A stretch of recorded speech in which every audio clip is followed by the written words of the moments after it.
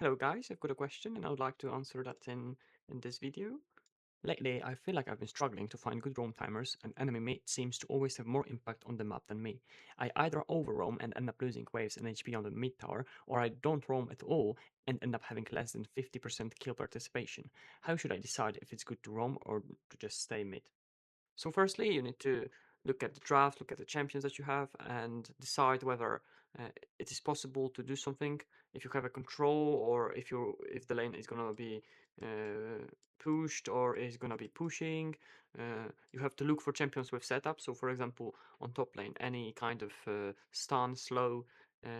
On bot lane, you look for something like an engager, any sort of CC, any sort of follow up, and as well, roams can be combined with your jungler.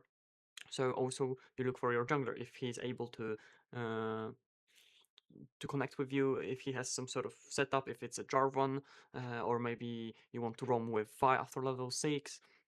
Uh, lastly, you need to decide whether your champion is capable of roaming, because some of the champions are just not able to give anything on their own, and sometimes even if you're going from mid lane onto very push lane, and without setup on top lane, without setup from your champion, you're not able to do anything with the enemy, and you end up wasting time. And there are some criterias about your champion, because first of all, your champion needs to be able to do something in terms of fighting, any sort of setup, or needs to be strong. Uh, Maybe some burst damage is also useful, or is just a good. It is a good combination with another champion. So like if he has like Renekton has W here, then you are able to land all your skill shots abilities, or maybe you are like Twisted Fate here, and you just hit point and click stun, and the other laner, the other champion is able to follow up with you. But the most important part about deciding if you are able to roam is whether you have the control on the lane, whether you have the actual wave clear and push ability to get a good timer for a roam. So you really have to think about the draft. You have to know what are the capabilities of the champions, how the lane is gonna look. This is also something that you have to discuss with your teammates if you're playing in a team play environment. Then you have to discuss it, how it's gonna look, and if you're able to really do anything on their own.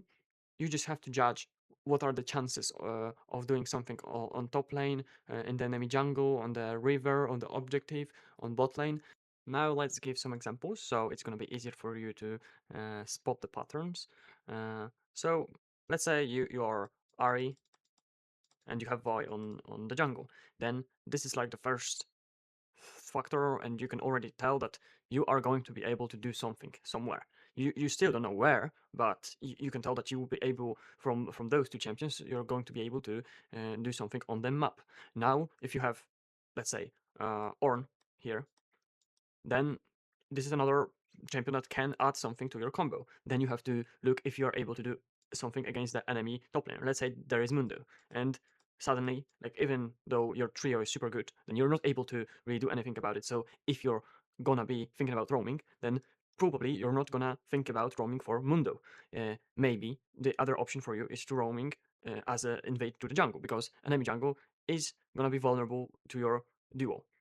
But another factor might be, for example, even though you have Jinx Lulu here, but even though they don't give the setup for you, enemy AD carry use his flash, and suddenly he is a vulnerable point, weak point, and you're able to do something about him. So what is gonna come, what should come to your mind is that you might want to try to roam onto him because he's a vulnerable point.